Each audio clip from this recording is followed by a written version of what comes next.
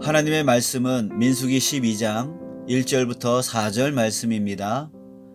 모세가 굿수 여자를 취하였더니 그 굿수 여자를 취하였으므로 미리암과 아론이 모세를 비방하니라. 그들이 이르되 여호와께서 모세와만 말씀하셨느냐 우리와도 말씀하지 아니하셨느냐 하매 여호와께서 이 말을 들으셨더라. 이 사람 모세는 온유함이 지면의 모든 사람보다 더하더라. 여호와께서 갑자기 모세와 아론과 미리암에게 이르시되 너희 세 사람은 회막으로 나아오라 하시니 그 세 사람이 나아가매. 오늘 말씀의 제목은 우리 가정을 재정비하자입니다. 말씀의 은혜 있으시길 축복합니다. 어느덧 가정의 달 5월이 되었습니다. 코로나로 인해 어찌어찌 하다 보니 벌써 2, 3개월이 지나가 버렸습니다. 그런데 생각보다 길어진 탓에 이곳저곳에서 코로나로 인해서 피로감이 극에 달한 것 같습니다. 아직 코로나가 완전히 끝난 게 아닌데도 이번 연휴 기간에 제주도로 여행객이 몰린다 하고 그저께 들었는데 강릉 해변에 발 디딜 틈이 없다고 합니다. 서울에서 강릉까지 6시간 30분 걸린다는 기사를 봤습니다. 그런데 이런 코로나 피로감이 가장 극심한 곳이 있다면 아무래도 가정이 아닐까 싶습니다. 인터넷을 검색하던 중에 어느 주부가 써놓은 글을 보았습니다. 영화감독 기타노 다케시가 가족이란 남들이 안 볼 때 내다 버리고 싶은 존재라는 말을 했다는 대사가 며칠 전 영화인가 드라마인가 보는데 나오더라고요. 코로나로 애들이 아무데도 안 가고 나도 피곤해 죽겠는데 집에 들어와서 밥 먹자마자 누워 자더니 밤중에 일어나 뭘 먹고 TV 틀어놓은 채로 잠든 신랑을 보니 저 말이 절실하게 떠오릅니다. 코로나보다 정신병이 먼저 걸릴 것 같아요.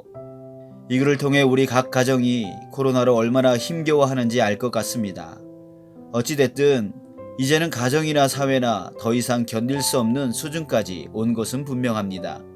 그러기에 아직 완전치는 않더라도 정상적인 생활로 돌아가기 위해서 마음과 생활을 재정비해야 하겠습니다. 그런데 문득 제 마음에 코로나 사태를 뒤로하고 이제 정상적인 생활을 시작해야 하는 이 시점이 가정의 달 5월인 것이 하나님의 깊은 뜻이 있지 않나 하는 생각이 들었습니다.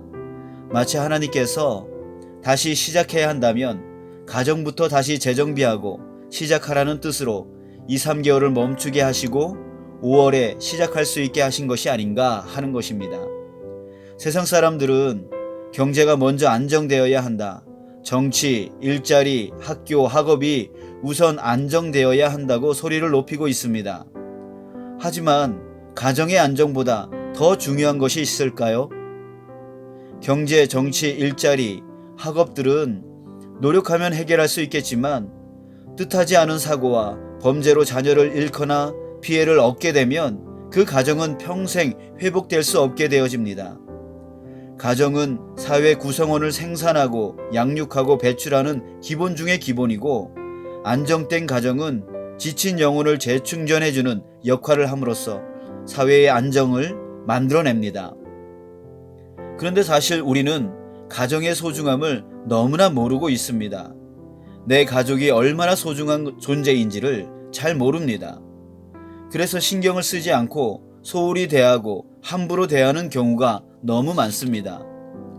이번에 코로나로 예배를 못 드리니까 예배의 소중함을 깨달았다는 분들이 많았는데 예배는 다시 시작하면 되지만 가족은 한번 잃어버리면 다시 만들 수 없습니다. 그러기에 가정은 너무나 소중한 것입니다.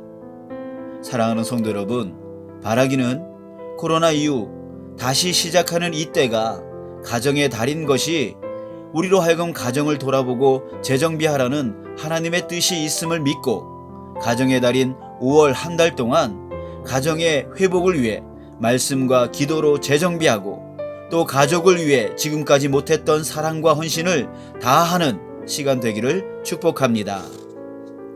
자, 이제 말씀을 보고 싶습니다. 먼저 살펴보고 싶은 것은 하나님이 만드신 가정은 어떤 가정인가입니다. 하나님이 만드신 최초의 가정이 있습니다. 최초의 가정은 아담과 하와로부터 시작되었습니다. 홀로 거하는 아담에게 하나님이 하와를 지어 주심으로 최초의 가정이 만들어졌습니다. 그때 하나님은 다음과 같은 말씀을 주셨습니다. 창세기 2장 24절 25절. 이러므로 남자가 부모를 떠나 그의 아내와 합하여 둘이 한 몸을 이룰지로다. 아담과 그의 아내 두 사람이 벌거벗었으나 부끄러워하지 아니하니라.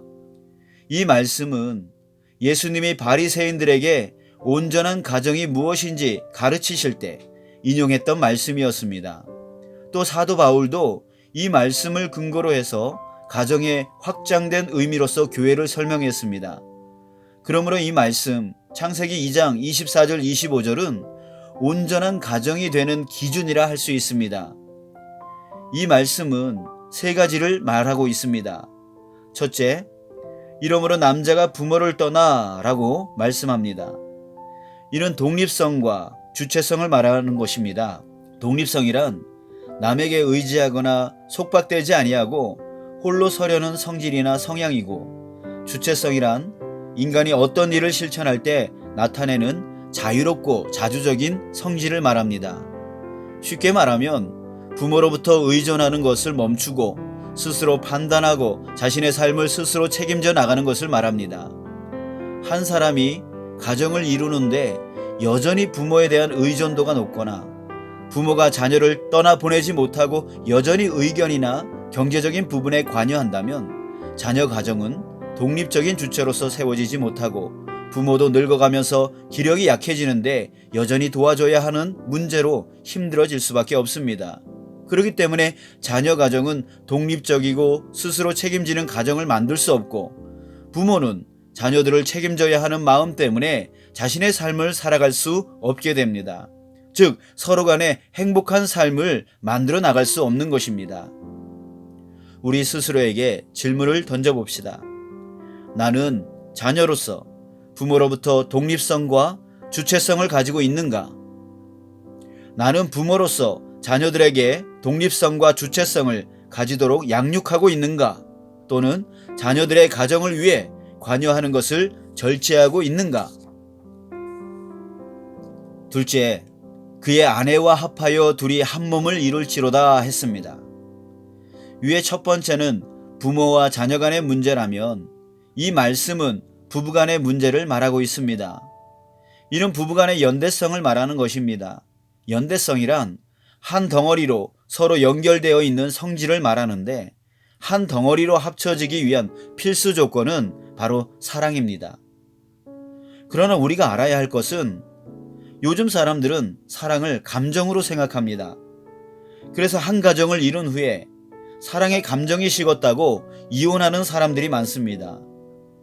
성경은 사랑을 감정으로 표현하고 있지 않습니다. 고린도전서 13장에 사랑은 언제나 오래 참고로 시작합니다. 오래 참는 것은 상대방을 향한 희생의 의지입니다. 즉 상대방을 위해서 내가 내 뜻을 내려놓고 오래 참아 주겠다는 것입니다. 이처럼 사랑은 의지이자 결단입니다.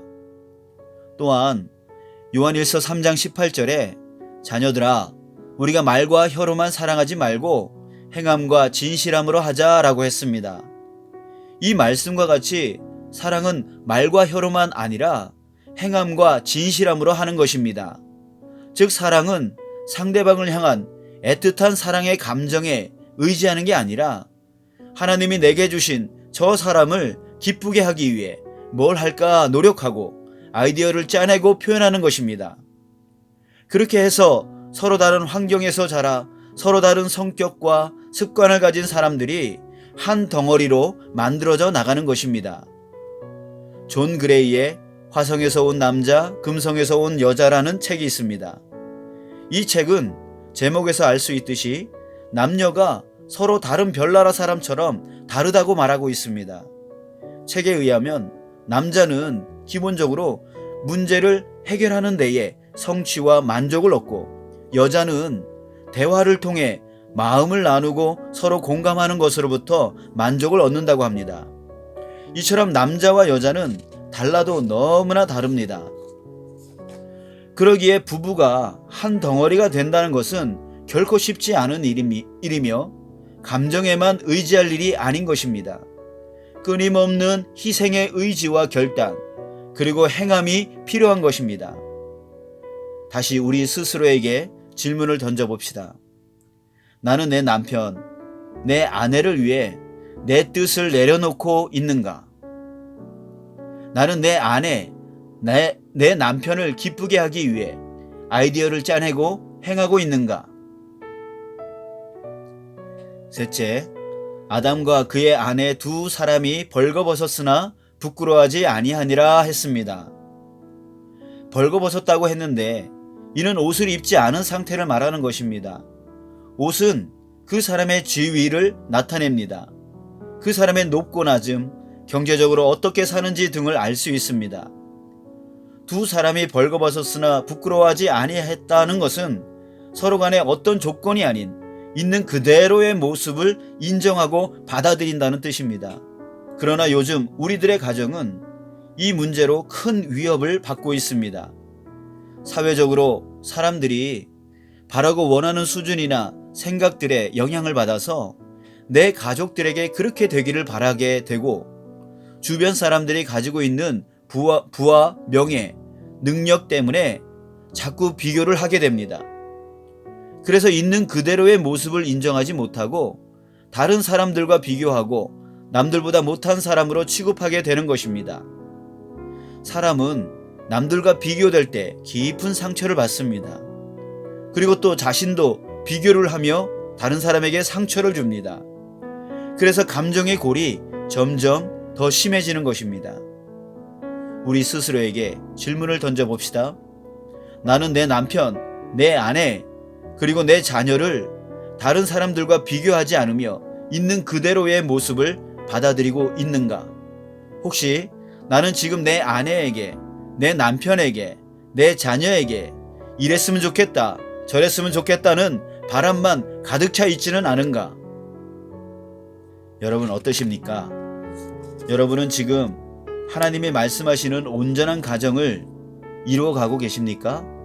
대부분의 대답은 뻔할 겁니다. 아니요, 못하고 있습니다. 말씀을 전하는 저도 역시 마찬가지입니다. 그러나 사랑하는 성도 여러분, 모순적인 말 같지만 분명 우리에게는 이런 가정을 만들 힘이 없습니다. 그러나 우리는 이런 가정을 만들 수 있습니다. 왜입니까? 마가복음 10장 27절에서 증거하고 있습니다. 예수께서 그들을 보시며 이르시되 사람으로는 할 수 없으되 하나님으로는 그렇지 아니하니 하나님으로서는 다 하실 수 있느니라. 우리 힘으로 하려 할 때 우리는 할 수 없습니다.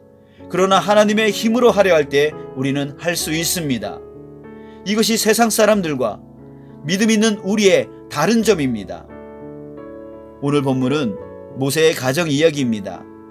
이 이야기는 부부에 대한 이야기는 아니지만 모세의 형제 간의 문제가 해결되는 것을 보면서 우리의 가정이 어떻게 회복될 수 있는지를 알게 해줍니다. 본문에 보면 모세의 형제 간에 다툼이 생겼습니다. 모세가 구스 여자와 결혼을 한 겁니다. 구스라는 것은 이런저런 말들이 많지만 그 중에 대표적으로 아프리카 에티오피아를 말합니다. 그러니까 모세가 흑인 여자이면서 이방 사람과 결혼한 것입니다. 이때 모세의 누나이자 여선지자인 미리암과 형이자 대제사장인 아론이 모세를 비방했습니다.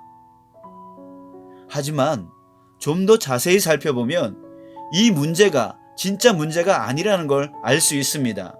2절에 보면 미리암과 아론이 말합니다. 그들이 이르되 여호와께서 모세와만 말씀하셨느냐? 우리와도 말씀하지 아니하셨느냐?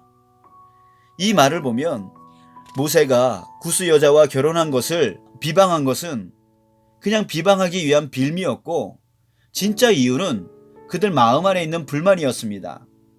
왜 모세만 최고 지도자여야 하느냐라는 겁니다. 이 불만은 모세의 잘못 때문에 생긴 것이 아닙니다. 사실 모세는 잘못한 게 없었습니다.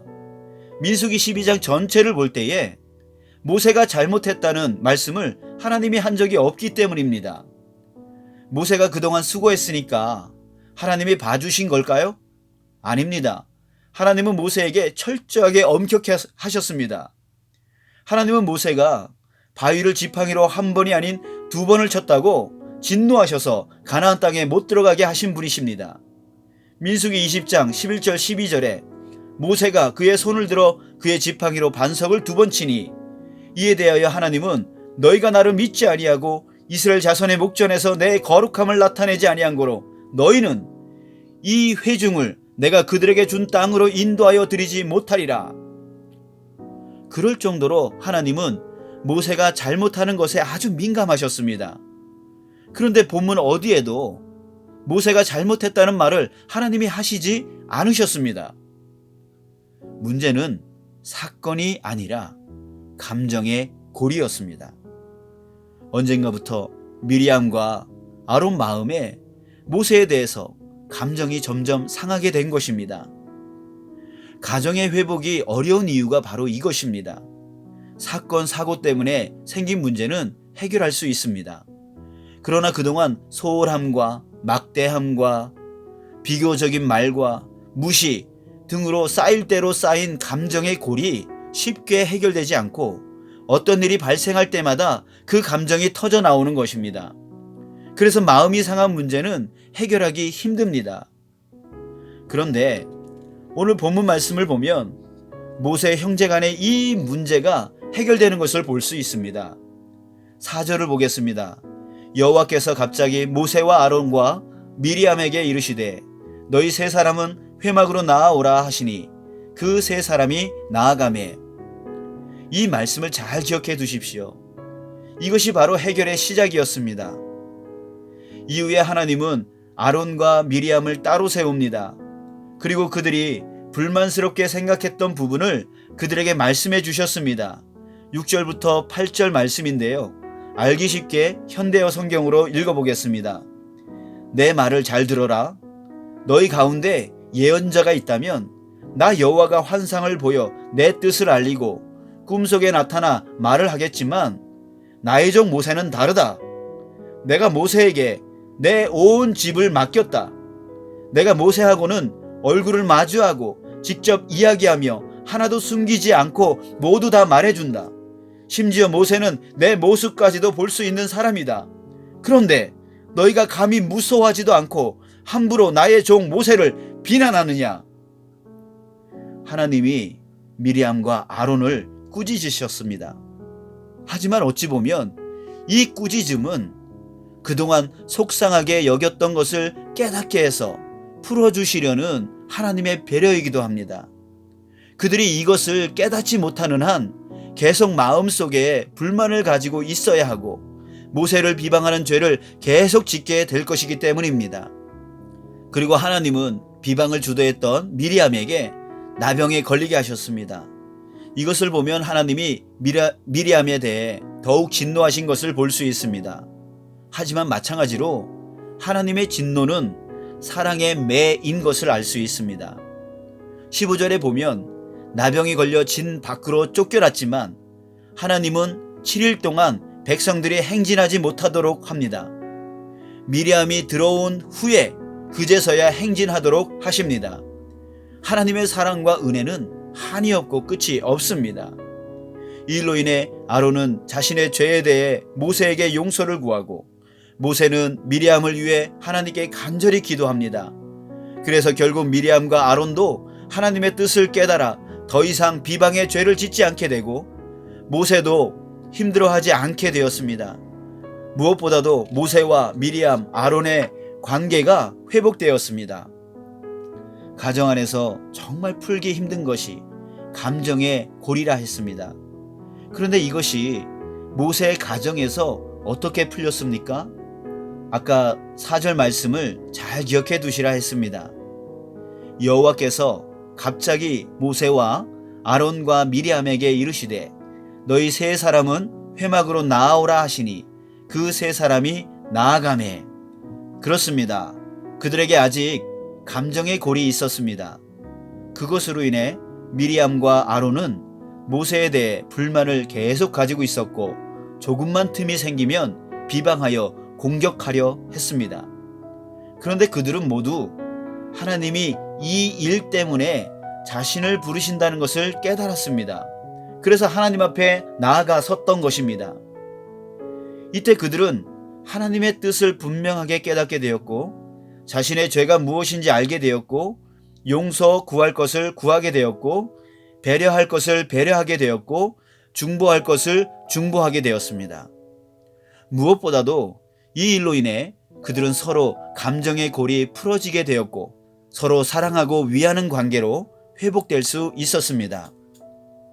폴 트립의 현재를 이기는 능력, 영원이라는 책에 이런 이야기가 있습니다. 어느 날 저자가 아들이 자기를 속인 것에 분을 참지 못했습니다. 그래서 아내에게 가서 이 일에 대해서 알리면서 씩씩거렸습니다. 그때 아내가 가서 기도 좀 하고 오세요 했습니다. 그때 저자는 지금은 녀석을 위해 기도할 기분이 아니라오 했습니다. 아니요, 애를 위해서 기도하라는 말이 아니라 당신 자신을 위해서 기도를 하라고요. 저자는 아내 말대로 자기 방으로 돌아가 하나님의 도우심을 구하는데 그때 문득 그 일이 이미 하나님이 아들의 인생을 구하기 위한 작전임을 깨닫게 되었습니다. 아들의 친구가 그의 어머니에게 말하고 그 어머니가 어렵게 본인에게 말하게 하신 분이 아들을 고치시려는 하나님이심을 깨닫게 된 것입니다. 저녁 늦은 시간에 아들에게 대화를 요청하면서 나는 네가 어둠 속으로 나아가지 않고 빛 가운데 걸었으면 좋겠다 라고 말했을 때 아들이 눈물을 흘리며 도움을 요청했습니다. 이 이야기는 한 가정 안에 아들로 인해 문제가 생겼을 때 아내나 저자나 아들이나 모두 하나님 앞에 설 줄 아는 하나님의 뜻과 도움을 구하는 영적 교감이 있는 가족을 보여주고 있습니다. 문제는 어느 가정이나 생길 수 있습니다. 깊은 감정의 골을 가진 가정도 수없이 많습니다. 하지만 가족 구성원이 모두 하나님 앞에 뜻을 구하고 도움을 구할 줄 아는 영적 교감이 있는 가정이라면 하나님은 그 안에서 역사하시고 도우시고 해결해 나가실 줄 믿습니다. 사랑하는 성도 여러분, 여러분 가정이 이와 같이 영적 교감이 이루어지는 가정 되시길 축복합니다. 그러기 위해서 실천이 필요합니다. 이번 한 주간 아내에게 또 남편에게 가능하다면 자녀들에게 요즘 하나님이 주시는 마음이라든지 말씀을 읽거나 설교를 들을 때 깨달은 것, 은혜 받은 것, 감사한 것이 무엇인지 함께 나눌 수 있는 시간을 가지기를 권합니다. 이 같은 나눔이 점점 영적 교감으로 발전하고 어떤 문제가 생길 때 최우선적으로 하나님의 뜻과 도움을 구하는 가족으로 발전될 줄 믿습니다. 만약 그렇게 될 수 있다면 깊은 감정의 골도 함께 나눌 수 있고 나눌 때 하나님은 풀어지게 하시고 회복되게 도와주실 것입니다. 청년들에게 권하고 싶습니다. 아직 배우자 될 자매와 형제를 만나기 전이라면 함께 영적 교제를 나눌 수 있는 믿는 사람을 만났으면 합니다. 또 그렇게 되기 위해 기도로 준비했으면 합니다. 온전한 가정은 사람이 만드는 것이 아니라 하나님이 만들어 가십니다. 만약 이미 믿지 않는 자와 교제 중이라면 기도하며 영적 교제를 나눌 수 있는 관계 되도록 기도해 주십시오. 이번 가정의 달에 여러분 가정이 영적 교감을 나누고 감정의 깊은 골이라도 함께 나눌 수 있는 은혜의 가정으로 재정비되시길 축복합니다. 사랑하고 축복합니다.